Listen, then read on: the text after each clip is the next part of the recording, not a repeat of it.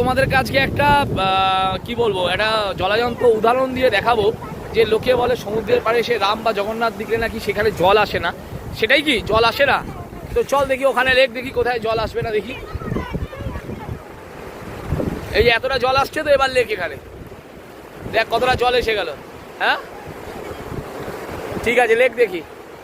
তো এটা আমরা আজকে জলযন্ত্র উদাহরণ নেবো, তাই তো? হ্যাঁ লেক লেক, তুইও লেক, তুইও লেক, না দুজনে লেক। হ্যাঁ লেক দুজনে। এই যে দেখো লিখছে আমার মাম্মা, আমার দুজনে লিখছে, দেখো লেক রাম। লিখছিস? দাঁড়া, ওরা রাম লিখছে, রাম। তো দেখো রাম লিখছে, রেখেছে একজনে, লেখা হয়ে গেছে, আরেকজন লিখছে রাম। দেখা যাক জল আসছে নাকি। সত্যি জল আসছে না, আসছে না, আসছে না, আসছে না, আসছে না, এসে গেল। তার মানে এটা ঠিক নয়। ঠিক আছে, চলো।